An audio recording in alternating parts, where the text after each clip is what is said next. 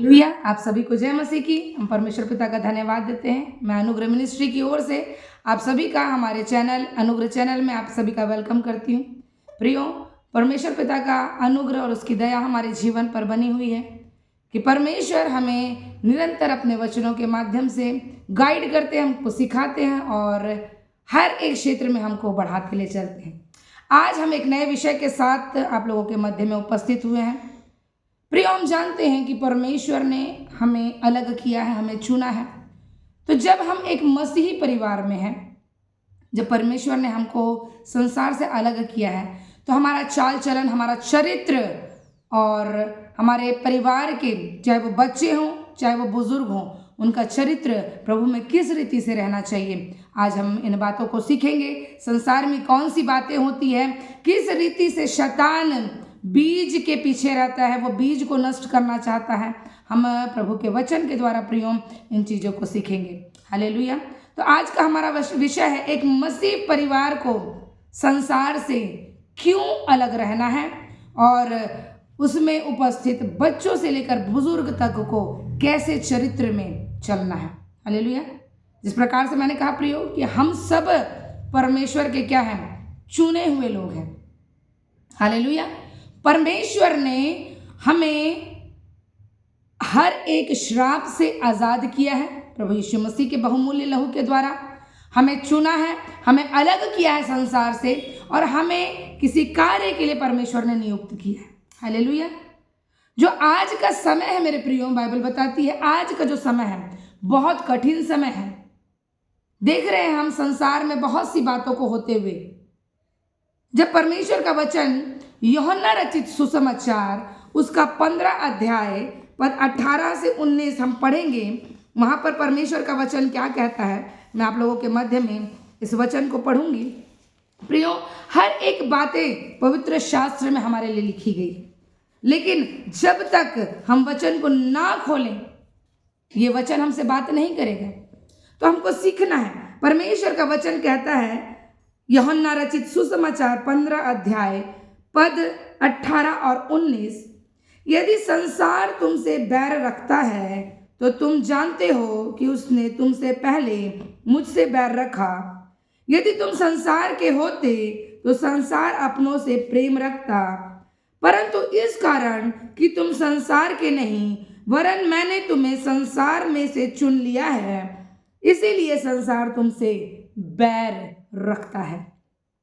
परमेश्वर का वचन प्रभु यीशु मसीह यहाँ पर कह रहे हैं कि संसार तुमसे इसलिए बैर रखता है क्योंकि मैंने तुमको संसार से चुना है और अलग करके रखा है। तो प्रिय, आपको सबसे पहले पता होना चाहिए कि मैं जो हूं इस पृथ्वी पर परमेश्वर के द्वारा चुना गया हूं या चुनी गई हूं। और परमेश्वर ने मुझे इस संसार से क्या करके रखा है, अलग करके रखा है। प्रियो, जब हम संसार शब्द बाइबल में कई बार देखते हैं तो यूहन्ना रचित सुसमाचार इसी यूहन्ना रचित सुसमाचार 16 अध्याय पद 33 में लिखा है, मैंने ये बातें तुमसे इसलिए कही है कि तुम्हें मुझ में शांति मिले। संसार में तुम्हें क्लेश होता है, परंतु ढाढ़स बांधो, मैंने संसार को जीत लिया है। एक तरफ परमेश्वर कह रहा है कि संसार में हमें क्या होता है, क्लेश, दुख। मैंने बताया संसार में कैसा समय चल रहा है, कठिन समय, दुख का समय, विकट परिस्थितियां आ सकती है। परमेश्वर कह रहा है परंतु ढाढ़स बांधो, मैंने संसार को क्या किया है, जीत लिया है। जब हम जीते हुए स्थान में है प्रियो, तो फिर क्लेश, संकट, मुसीबत, तकलीफ क्यों?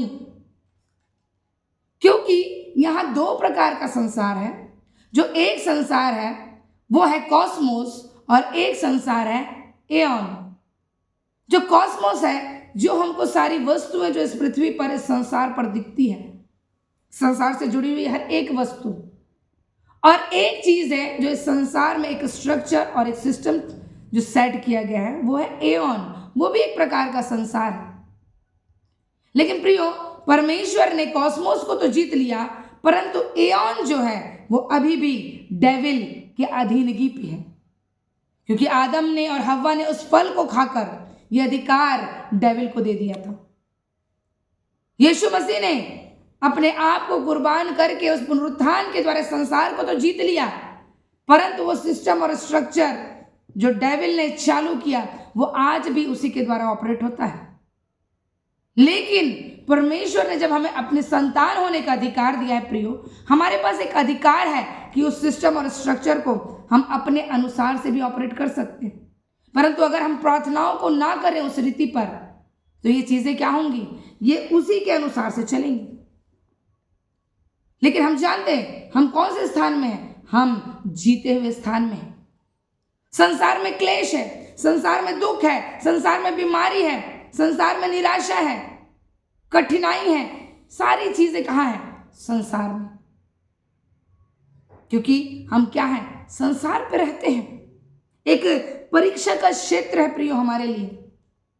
लेकिन प्रभु यीशु मसीह कहता है कि ढाढ़स बांधो, हिम्मत रखो, मैंने तुम्हारे लिए संसार को क्या कर दिया है, जीत लिया है। परंतु जो सिस्टम और स्ट्रक्चर है उसके लिए तुमको क्या करना पड़ेगा, बलवंत होना पड़ेगा, लड़ना पड़ेगा।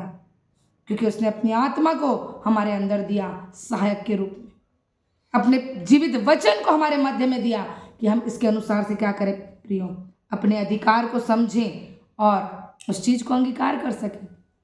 आप देखिए दुनिया में निकल के किसी भी व्यक्ति से आप पूछिए आप कैसे हैं, सब ठीक है भाई या बहनें, सब ठीक है बहन, परंतु देखो ना कितना महंगाई बढ़ गया है, आए दिन कुछ ना कुछ बीमारी लगी है।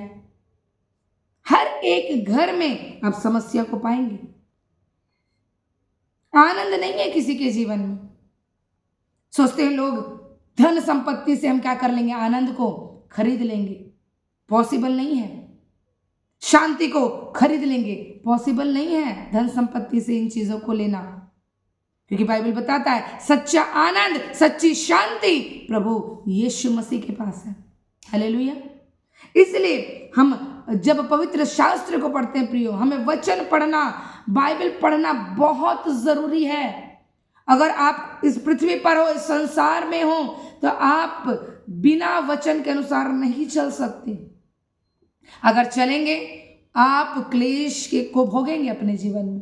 बाइबल में लिखा है संसार में तुम्हें क्या होता है, क्लेश होता है।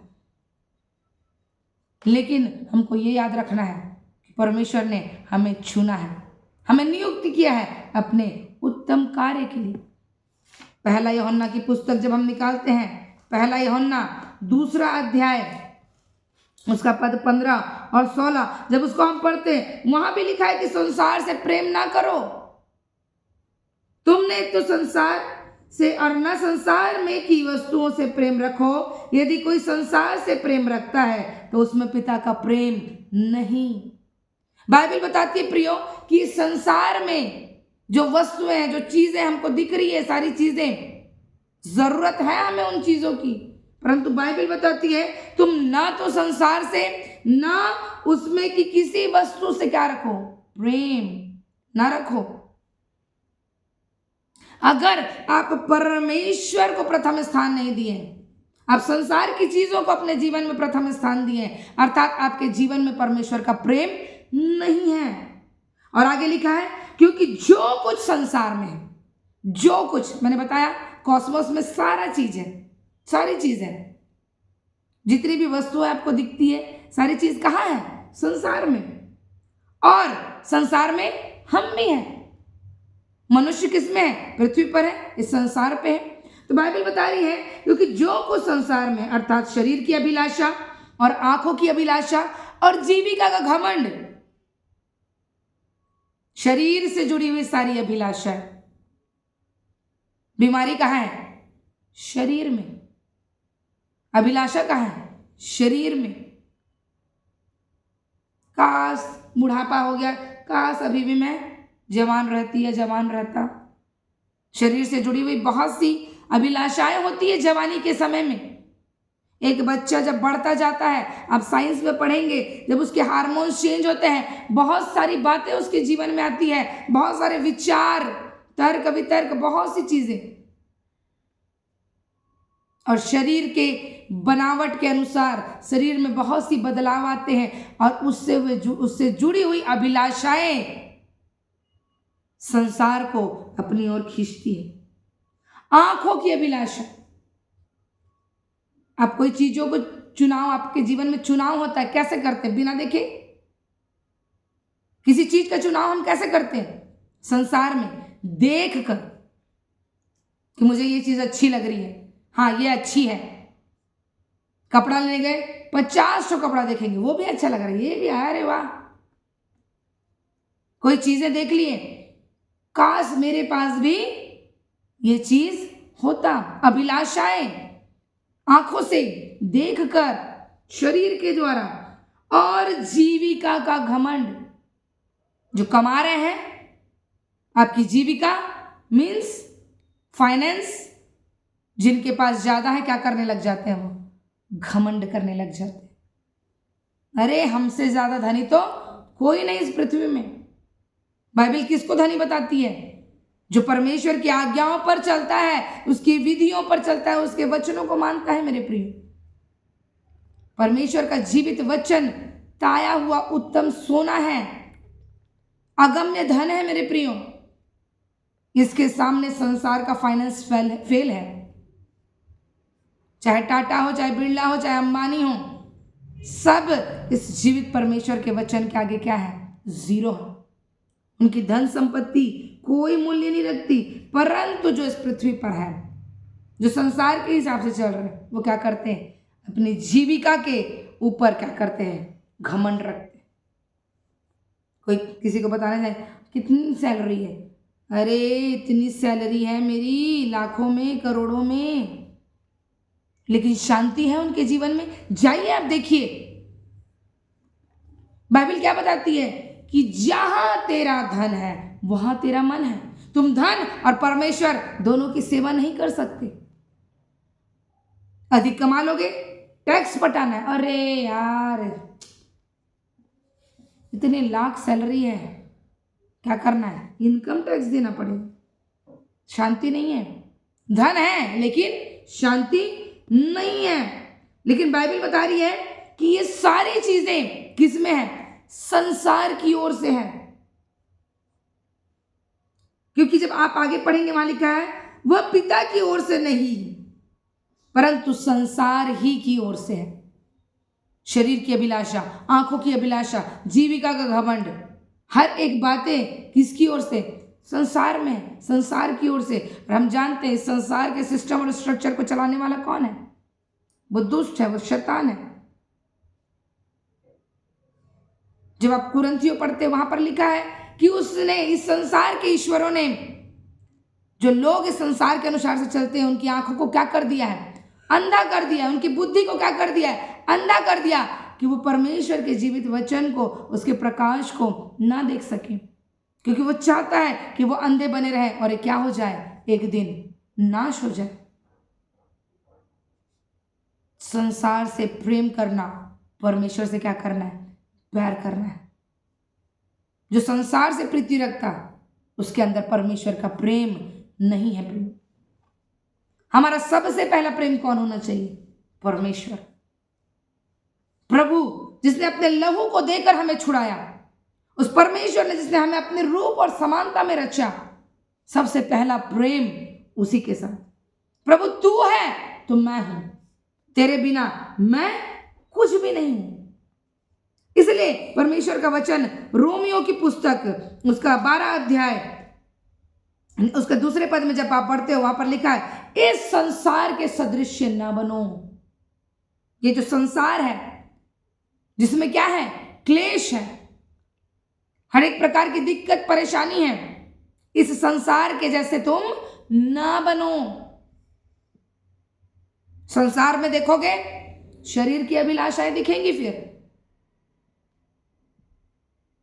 और आंख से, आंख है तो आंखों की अभिलाषा, जो चीज देख रहे। बहुत सारी चीजें हैं देखने के लिए दुनिया में, अच्छी भी है और बुरी भी।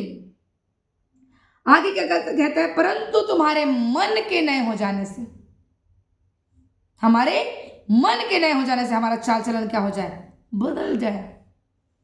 मन को नया नहीं करना चाहते, वचन पे अपने मन को नहीं लगाना चाहते, तो उनका चाल चलन, उनका चरित्र कैसे बदलेगा? प्रियो, धनी हो जाने से नहीं होता, अच्छे वस्त्र पहन लेने से नहीं होता, सुंदर मेकअप लगाने से कोई सुंदर नहीं हो जाता। अभी हम पढ़ेंगे स्त्री और पुरुष के बारे में, एक पति पत्नी, कैसे उनका चरित्र होना चाहिए, हम सारी चीजों को देखेंगे। बच्चों का कैरेक्टर, एक घराने का सबसे मेन उद्देश्य, जवान जब अपनी जवानी की अवस्था में रहता है क्या होता है। जब हम पहला यूहन्ना 2 अध्याय जब हम पढ़े, 16 पद में क्या लिखा है वहां पर, शरीर की अभिलाषा, आंखों की अभिलाषा, ये सारी चीजें किससे जुड़ी है? मैंने बताया आप लोगों को, संसार से। और संसार में आपको सब चीज दिखता है। आज तो ऐसा बोलना चाहिए कि डेविल ने ऐसा किया कि जो पहले एक जवानी की अवस्था में लोग सोचते थे देखने का, आज बच्चा बच्चा उन चीजों को देख रहा है फोन और इंटरनेट के माध्यम से।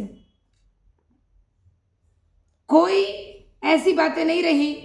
आज 9 साल, 10 साल, 11 साल के बच्चों को देखो, उसको सारा पाप पता है। आपको बताने की, आपको सिखाने की जरूरत नहीं है। अगर फोन उसके हाथ में है, वो सारी चीजों को देख रहे हैं और सारी चीजों को समझ रहे हैं।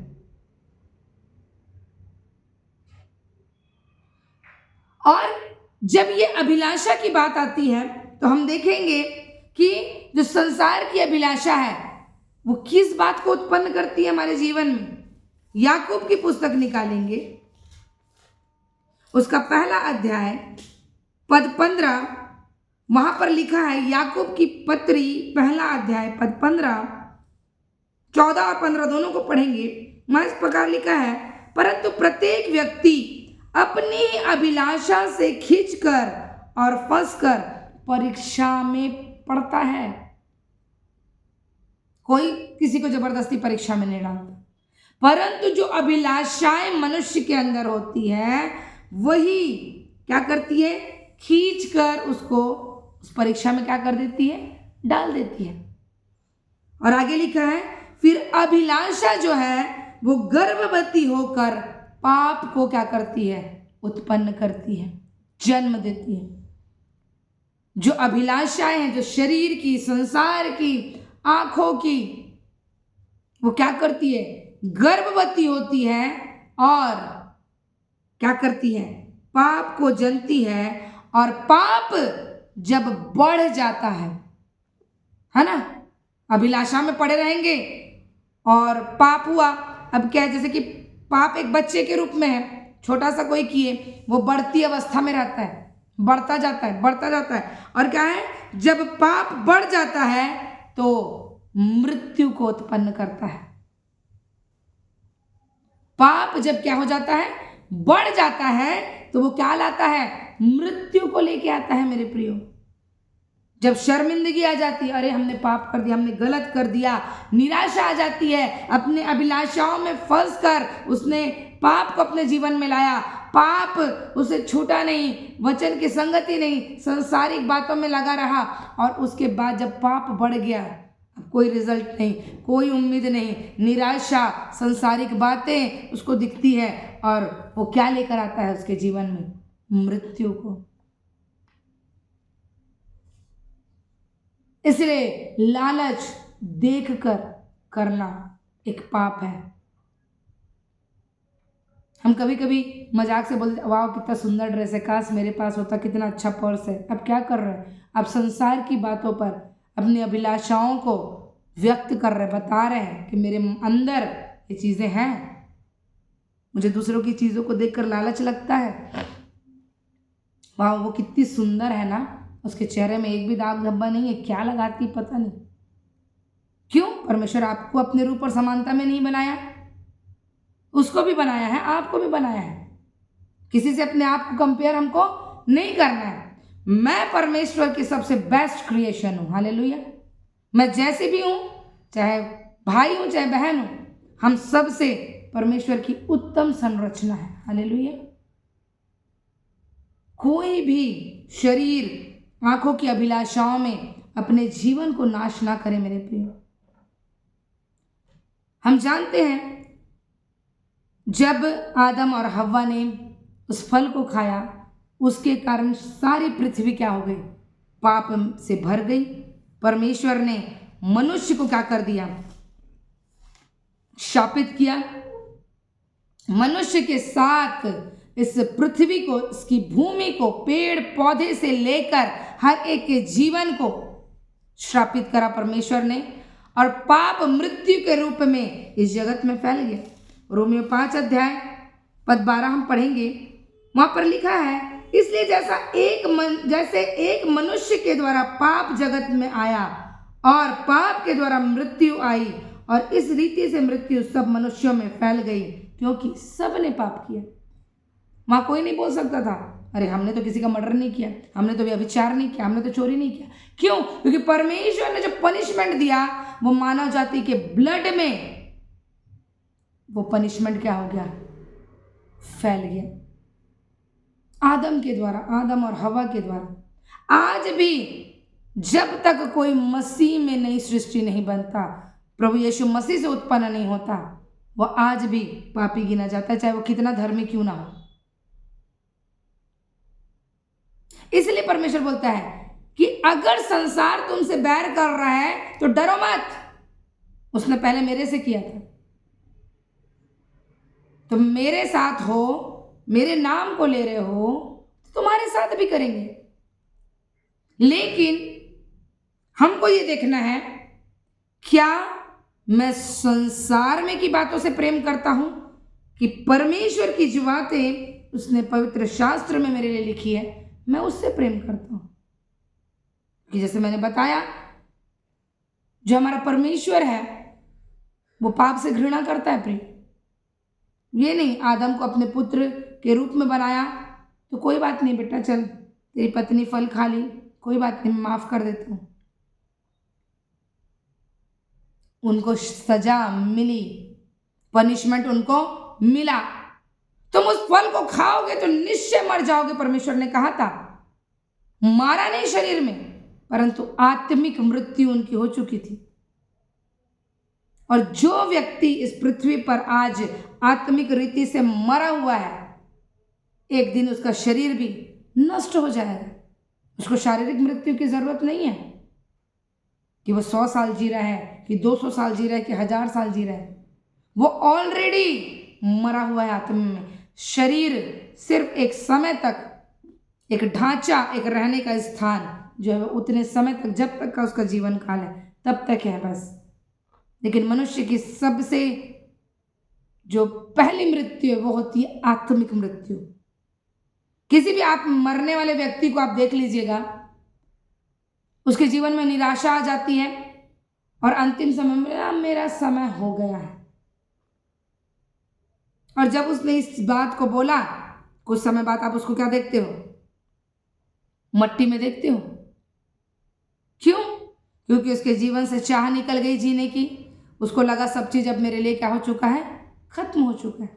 आप किसी भी बीमार व्यक्ति को कभी देखे होंगे, जब बिस्तर में पड़े पड़े उसको एक बहुत समय हो जाता है और उसको आभास हो जाता है कि अब मेरे पास ज़्यादा समय, वो सीधा बोलता है अब कोई आस नहीं है मेरे जीवन की।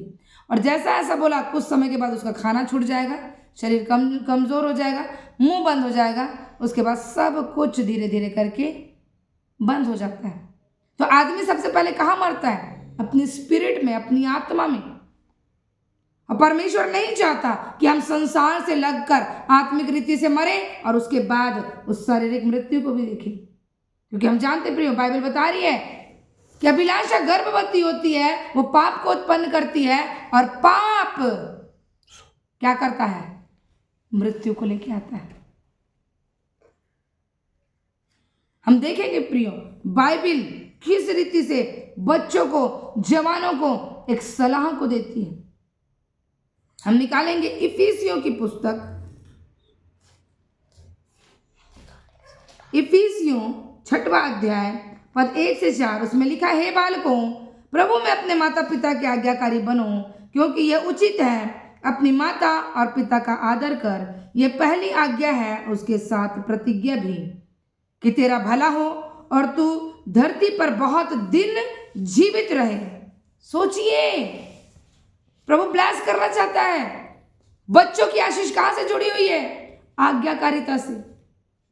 माता पिता के क्या रहो, आज्ञाकारी रहो, उनका रिस्पेक्ट करो, उनका आदर करो। ऐसा करने से तेरा भला होगा। बच्चों के लिए ब्लेसिंग है, बच्चों के लिए शिक्षा है। और तू धरती पर बहुत दिन जीवित रहे। हालेलुया। सोचिए, बहुत दिन जिंदा रहने के लिए, अपने जीवन में भलाई को देखने के लिए फॉरेन जाके हमारे बच्चों को कमाने की जरूरत नहीं है। वो तो कर लेंगे, कमा लेंगे, लेकिन उनको इस जीवन में भलाई को देखना है, लॉन्ग लाइफ को देखना है, तो उनको अपने माता और पिता का आदर करना पड़ेगा। उनको एक रिस्पेक्टफुली जीवन जीना पड़ेगा। अपने पेरेंट्स को रिस्पेक्ट करना पड़ेगा, अपने बड़ों का। ऐसे नहीं कि खाली माता पिता का आदर किए, दादा दादी नाना नानी तो गए, क्योंकि बाइबल तो माता पिता का बोली है। माता पिता के साथ अपने क्या करना है, बुजुर्गों का, बड़ों का क्या करना है। क्यों? क्योंकि ये पहली आज्ञा है जिसके साथ प्रतिज्ञा भी है। परमेश्वर ने प्रतिज्ञा को जोड़ के रखा है कि अगर तू रिस्पेक्ट करेगा या करेगी अपने माता पिता का, तो तू क्या होगी, लॉन्ग लाइफ को देखेगी या देखेगा, और तेरा इस पृथ्वी पर हमेशा क्या होगा, भला होगा। और माता पिता के लिए भी एक चेतावनी है उसमें कि हे बच्चे वालों, अपने बच्चों को रीस ना दिलाओ, परंतु प्रभु की शिक्षा और चेतावनी देते हुए उनका पालन पोषण करो। माता पिता क्या करते हैं, बच्चे नहीं कर रहे, अरे समझ में नहीं आता है, हाँ, जब देखो वही बच्चा चिढ़ जाता है, बार बार बार बार जब देखो सिर्फ मेरी को बोलते रहते हो।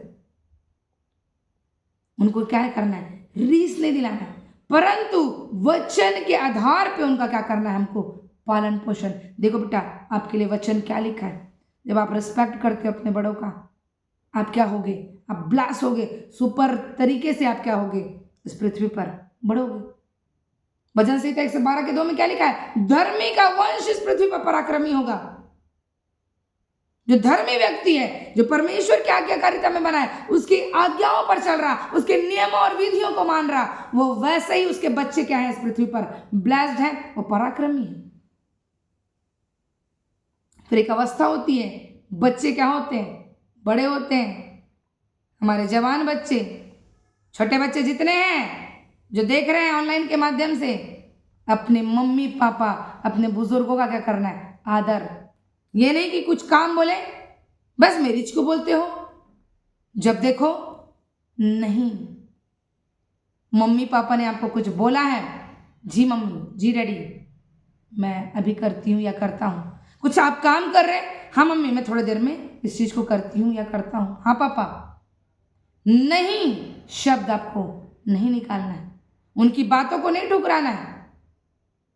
अगर आपको समय चाहिए, बिल्कुल बोलिए कि मम्मी डैडी थोड़ा सा मैं अभी इस काम को कर रही हूँ या कर रहा हूँ, उसके बाद में इसको करता हूँ। मम्मी पापा बुला रहे हैं, तुरंत रिप्लाई करिए, हाँ डैडी, हाँ मम्मा, आ रहे हैं। यहाँ बच्चे जवाब नहीं देते, क्या करना है, बुलाते रहे। ऐसा करने से कैसा, माता पिता का आदर, उनकी बातों को सुनने से, आज्ञाकारिता में रहने से बच्चों का क्या होता है, भला होता है, और वो लॉन्ग लाइफ को अपने जीवन में जीते हैं। जब सबोपदेशक की पुस्तक आप पढ़ते हैं, सबोपदेशक जिसका लिखने वाला राजा सुलेमान, जानते हैं, दाऊद का पुत्र सुलेमान, उसने सबोपदेशक 11 अध्याय के 9 पद में क्या लिखा है, हे जवान, अपनी जवानी में आनंद कर और अपनी जवानी के दिनों में मगन रह, अपनी मनमानी कर और अपनी आंखों की दृष्टि के अनुसार चल, परंतु ये जान रख कि इन सब बातों के विषय में परमेश्वर तेरा न्याय करेगा। साफ साफ बोल दिया, कर तेरे को जो करना है। क्योंकि जो जवान बच्चे होते हैं वो तो और नहीं सुनते माता पिता का, क्योंकि बचपन से उनके ऊपर दबाव नहीं बना। जवानी आई, आप क्या जानते हो, हम आज के युग के बच्चे हैं, जवान हो गया, क्या बोल रहे हैं सुलेमान, हे जवान, अपनी जवानी में आनंद कर, मगन रह, अपनी मनमानी कर, अपनी आंखों की दृष्टि के अनुसार से चल, सब कर ले तू, लेकिन ये बात को ध्यान में रखो कि परमेश्वर हर एक बातों का न्याय करेगा। हमारा परमेश्वर न्यायी परमेश्वर है। अगर बच्चे अपने माता पिता का रिस्पेक्ट नहीं करेंगे, जहां लिखा है वो उनको दीर्घायु करेगा, लॉन्ग लाइफ देगा। जब आप निर्गमन में इस आज्ञा को पढ़ोगे, वहां पर लिखा है अगर कोई अपने माता पिता को कोसता है, परमेश्वर उसकी आयु को कम कर देता है। बच्चों को क्या करना है? कई बच्चे, 2-3 बच्चे घर में, तो कोई बड़ा वाला बोलता मुझसे प्यार नहीं करते, जब देखो छोटे को प्यार करते। जवान भी जब अपने जवानी में आ जाते हैं, माता पिता का आदर नहीं करते, वो अपने आप को उनसे ज़्यादा समझने लग जाते हैं, क्योंकि उनको संसार का ज़्यादा ज्ञान हो जाता है। नए युग नए समय के अनुसार से बाइबल क्या बता रही है? तू हर एक चीज़ कर बेटा अपनी जवानी के समय में, परंतु ये ध्यान रखना कि परमेश्वर सारी बातों का क्या करेगा? न्याय करेगा। अगर आपके बच्चे परमेश्वर की शिक्षा में, आपके जवान परमेश्वर की शिक्षा में, बाइबल आगे आप क्या पढ़ेंगे उसमें देखें, 12 अध्याय के पहले पद में लिखा है अपनी जवानी के दिनों में अपने सृजनहार को स्मरण रख। आपके बच्चे कब उन्नति को देखेंगे? आपके जवान कब उन्नति को देखेंगे? जब अपने जवानी के दिन में अपने सृजनहार परमेश्वर को स्मरण रख के हर एक कार्य को करेंगे। माता पिता नहीं है यहाँ पर उनका सृजनहार, बच्चों के लिए माता पिता है, उनका आदर करना है। जवान के लिए कौन? परमेश्वर, जिसने उनको बनाया है, उसको स्मरण करना है। हे मेरे बनाने वाले परमेश्वर, मैं तेरी आज्ञा और विधियों पर चलता हूं और चलती हूं। ऐसा क्यों?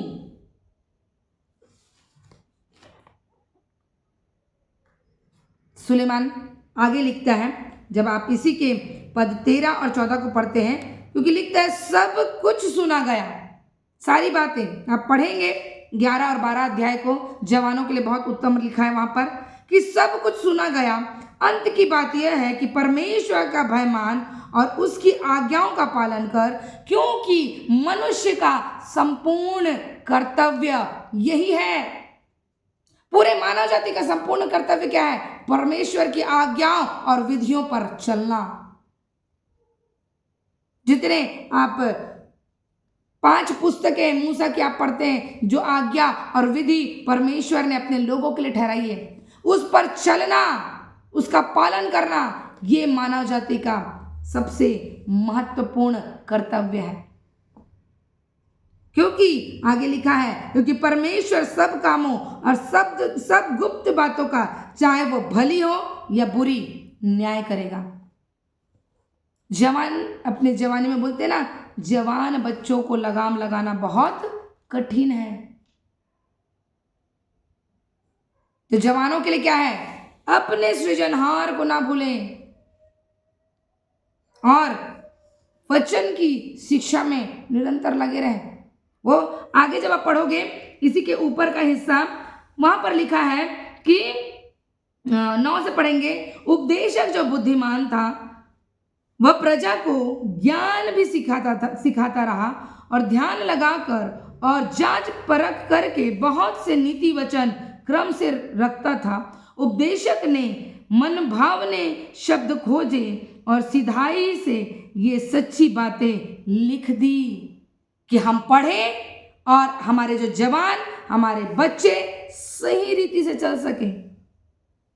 क्योंकि आगे और लिखा है 11 पद में, बुद्धिमानों के वचन अंकुर के समान होते हैं और सभाओं के प्रधानों के वचन गाड़ी हुई खीलों के समान, क्योंकि एक ही चरवाहे की ओर से मिले हैं। परमेश्वर का वचन है।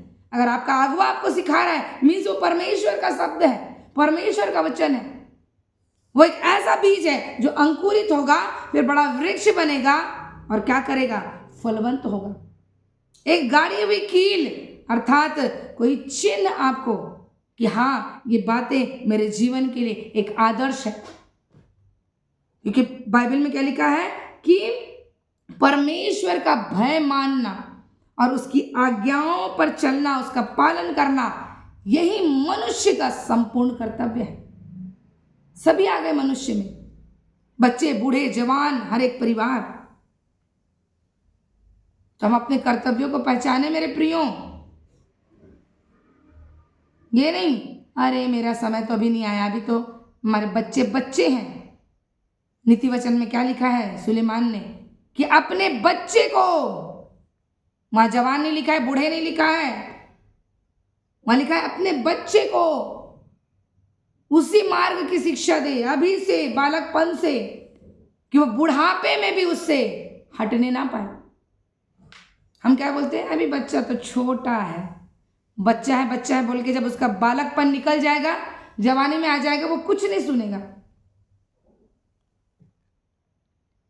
बच्चे हो गए, जवान हो गए, अब एक परिवार में कौन है सबसे मेन, पति और पत्नी।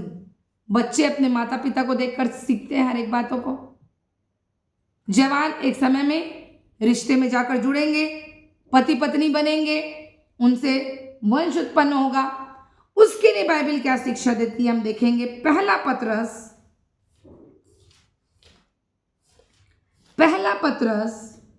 3 अध्याय पद 1 से 7, वहां पर लिखा है, हे पत्नियों तुम भी अपने पति के अधीन रहो, इसलिए कि यदि इनमें से कोई ऐसे हों जो वचन को न मानते हों, तो भी तुम्हारे भय सहित पवित्र चाल चलन को देखकर बिना वचन के अपनी अपनी पत्नी के चाल चलन के द्वारा खिंच जाए। पत्नी के चाल चलन को देखकर पति क्या हो जाएगा, परफेक्ट हो जाएगा। पत्नियों की शिक्षा है ना, पत्नी के लिए लिखा है, तुम्हारा श्रृंगार दिखावटी ना हो, है ना, जो सजना धजना ये दिखावटी ना हो, अर्थात बाल गुथना और सोने के गहने या भांति भांति के कपड़े पहनना। लोग तैयार होते हैं उत्तम रीति से, बाइबल बोल सजने के लिए मना नहीं कर रहा है, लेकिन वो क्या बोल रहा है, दिखावटी ना हो, वरन तुम्हारा छिपा हुआ और गुप्त मनुष्यत्व नम्रता और मन की दीनता की अविनाशी सजावट से सुसज्जित रहे, क्योंकि परमेश्वर की दृष्टि में इसका मूल्य बड़ा है। हालेलुया। मन में नम्र रहना, दीन रहना, जो हमारा गुप्त मनुष्यत्व है, अंदरूनी मनुष्यत्व। पता चला सज धज के निकले, अंदर तो चिड़चिड़ा स्वभाव है, लड़ने वाला, बाल बना लिए सुंदर, और बाद में घर में जाने के बाद वही बाल खोल के दे दनादन लड़ाई हो रहा है। परमेश्वर क्या बोल रहा है, तुम्हारा श्रृंगार दिखावटी ना हो। श्रृंगार करो, लेकिन उसके साथ आपके अंदर क्या होना चाहिए, नम्रता, दीनता। ये जो अविनाशी सजावट है, जो नम्रता को आपसे कोई नहीं छीन सकता, आपकी दीनता को आपसे कोई नहीं छीन सकता, आत्मिक जो आपके फल है वो उसको आपसे कोई नहीं छीन सकता। प्रेम, आनंद, ये सारी चीजें जब आपके अंदर है ना, ये आपकी असली सजावट है मेरे प्रिय। स्त्रियों की असली सजावट क्या है कि आप नम्र हैं, आप दीन हैं, आप प्रेमी स्वभाव की हैं। इस चीज को आपको क्या करना है, बाहर दिखाना है। उसके बाद आप सज रहे हैं, बहुत अच्छा है, क्योंकि लिखा है परमेश्वर की दृष्टि में इसका मूल्य क्या है मेरे प्रियो, बड़ा है। वो उस स्त्री की प्रशंसा करता है जो परमेश्वर का भय मानती, उसकी आज्ञाओं और विधियों पर चलती। क्योंकि आगे लिखा है, पूर्व काल में पवित्र स्त्रियां भी जो परमेश्वर पर आशा रखती थी, अपने आप को इसी रीति से संवारती और अपने अपने पति के अधीन रहती थी। और आज की पत्नियां, अच्छा शादी कर रहे हो मतलब, हाँ, कोई अधिकार नहीं बोलने का, नौकर है क्या, शादी करके आए हैं, बहुत सी बातें। ठीक है, अगर पति में कुछ कमी है, फिर भी बाइबल में सबसे ऊपर में क्या लिखा है, आपके चाल चलन को देखकर आपका पति खुद खींचे चलाएगा।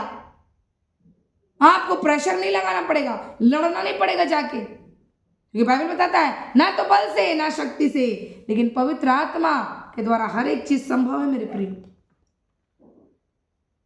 फिर आगे, जैसा सारा अब्राहम की आज्ञा में रहती और उसे स्वामी कहती थी, इसी प्रकार तुम भी भलाई करो और किसी प्रकार के भय से भयभीत ना हो, तो उसकी बेटियां ठहरोगे। परमेश्वर की बेटियां हैं प्रिय, जो हम स्त्रियां हैं परमेश्वर की क्या है, बेटियां हैं। तो किसके गुणों को दिखाएंगे? अपने बाप के गुणों को। हमारा बाप प्रेमी है, करुणामय है, नम्र है, दीन है। और उसका अपोजिट दिखाए तो फिर किसकी बेटी हैं? ये पत्नियां सुन लें, जितनी पत्नियां मुझे देख रही। अब आ गया पति के, बोलता है जैसे वैसे ही हे पतियों तुम भी बुद्धिमानी से पत्नियों के साथ जीवन निर्वाह करो। बुद्धिमानी के साथ पत्नियों के साथ क्या करना है? जीवन को निर्वाह करना है। और स्त्री को निर्बल पात्र जानकर उसका क्या करो? आदर करो, रिस्पेक्ट करो, क्योंकि वो क्या है? आपकी देह है। आपको क्या करना है? उसका आदर करना है, रिस्पेक्ट करना है। यह समझकर कि हम दोनों जीवन के वरदान के वारिस हैं, जिससे तुम्हारी प्रार्थनाएं रुक ना जाए। एक परिवार है, पति पत्नी को परमेश्वर ने क्या किया? जोड़ा उत्पत्ति के समय में आदम और हवा को। अब वो दोनों क्या हैं? एक है। बाइबल क्या कर रही है कि यह समझकर कि हम दोनों जीवन के क्या है? वरदान हैं। परमेश्वर ने हमको एक इसलिए क्या है कि हम लोगों के लिए जीवन का वरदान बने। एक नया वंश आपसे निकलेगा, आपके बच्चे होंगे, जो बच्चे बढ़ेंगे। एक जीवन का वरदान परमेश्वर ने आपको दिया है और उसके वारिस होने के लिए आपको बुलाया। और अगर आपका मन एक नहीं, पति पत्नी एक नहीं, तो कितनी प्रार्थनाएं कर ले, बाइबल बोलती है वो रुक जाएगी। परंतु पति और पत्नी एक मन है, परमेश्वर की आज्ञाओं पर चलते हैं, उसकी रीति विधियों को मानते हैं, उसकी आज्ञाओं का पालन करते हैं, उनकी प्रार्थना क्या है? एक्सेप्टेबल है। इसलिए पति पत्नी अलग नहीं है, दोनों क्या लिखा है? जीवन के वरदान है और वारिस है, उस वरदान के हकदार हैं वो।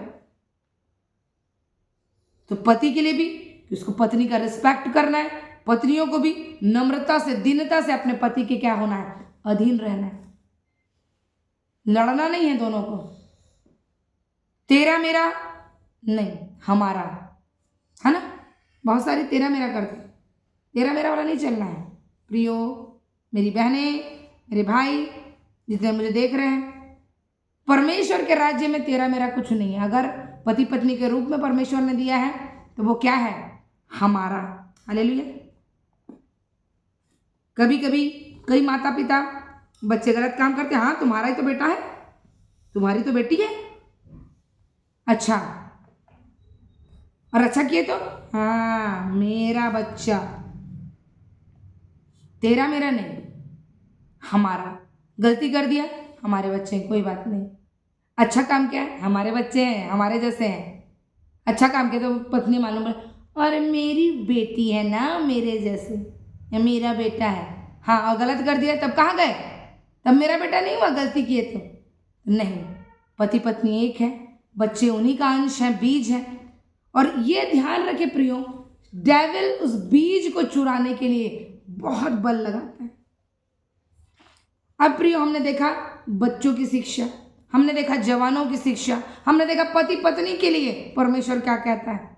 अब देखेंगे घराने के लिए। यहोशू की पुस्तक उसका 24 अध्याय, किस प्रकार यहोशू बता रहा है कि अगर मैं प्रभु में हूं तो मैं ही नहीं, अगर परमेश्वर ने एक परिवार के रूप में हमें दिया है, एक घराने के रूप में दिया है, बुजुर्ग भी होते हैं उसमें, बच्चे भी होते हैं, माता पिता हैं, जवान बच्चे हैं, एक क्या हमको मिला? घराना।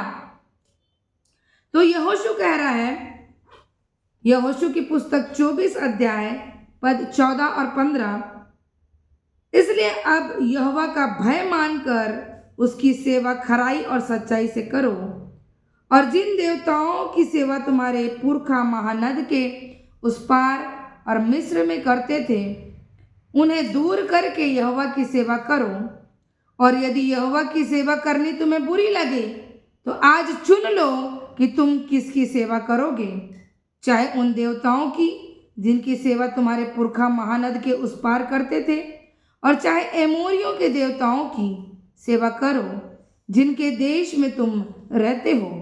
परंतु, है ना, आगे यहोशू अपना मत रख रहा है, परंतु मैं तो अपने घराने समेत यहोवा ही की सेवा नित्य करता रहूंगा।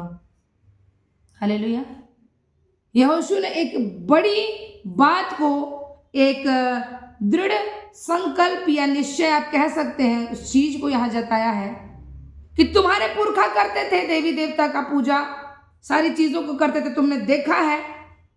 लेकिन जो परमेश्वर ने इजरायलियों को मिस्र से अपने बलवंत हाथ के द्वारा निकाला, बड़े कामों को उसने प्रकट किया, मिस्र में अपने आप को प्रकट किया, जंगल में अपने आप को प्रकट किया, चट्टान में से जल पिलाकर, मन्ना और बटेर खिला के 40 वर्ष तक ना उनके देह से कपड़े उतरे, ना उनकी जो पैरों से चप्पल, मतलब बोलना चाहिए, ना उनके पैर सूजे। जैसे बढ़ते गए कपड़ों का साइज भी बढ़ता गया, चप्पल का भी साइज बढ़ रहा है, सारी चीजें हो रही वहां पर, कोई चीज की कमी घटी नहीं किया जिस परमेश्वर ने। यहोशू बोल रहा है तुम चुन लो तुमको किसकी सेवा करनी है। यहोवा की करनी है कि उन देवी देवताओं को जिसको तुम्हारे पुरखा मानते थे। परंतु मैं अपने घराने समेत, मतलब मैं, मेरा पूरा परिवार, बाल बच्चे से लेकर हर एक नाती पोते जो भी रहे होंगे, हम किसकी सेवा करेंगे? यहोवा की सेवा नित्य, जब तक के जीवित है तब तक के हम उस जीवित परमेश्वर की सेवा करते रहेंगे। हालेलुया। प्रियो, बाइबल हमें बता रही है कि जब हम चुने हुए लोग हैं तो हमारे बच्चे भी उसी शिक्षा में रहे, हमारे घर के बुजुर्ग भी एक ही शिक्षा में बने रहे, क्योंकि संसार में पाप है, नशा है, चोरी है, व्यभिचार है, गलत काम है, और डेविल चाहता है कि बच्चे से लेकर बूढ़े तक वो जिसे भी चाहे उसके लिए किसी के लिए प्रेम नहीं है। एक बच्चा है, हम बच्चे के लिए देखते हैं, हमारे मन में दया आती है, तरस आती है, प्रेम आता है। लेकिन जो शैतान है उसमें आत्मा के एक भी फल नहीं है, वो जस्ट उसका अपोजिट है। जहां प्रेम है वहां क्रोध है ना, जहां शांति है वहां उसका अपोजिट, जहां आशा है वहां निराशा।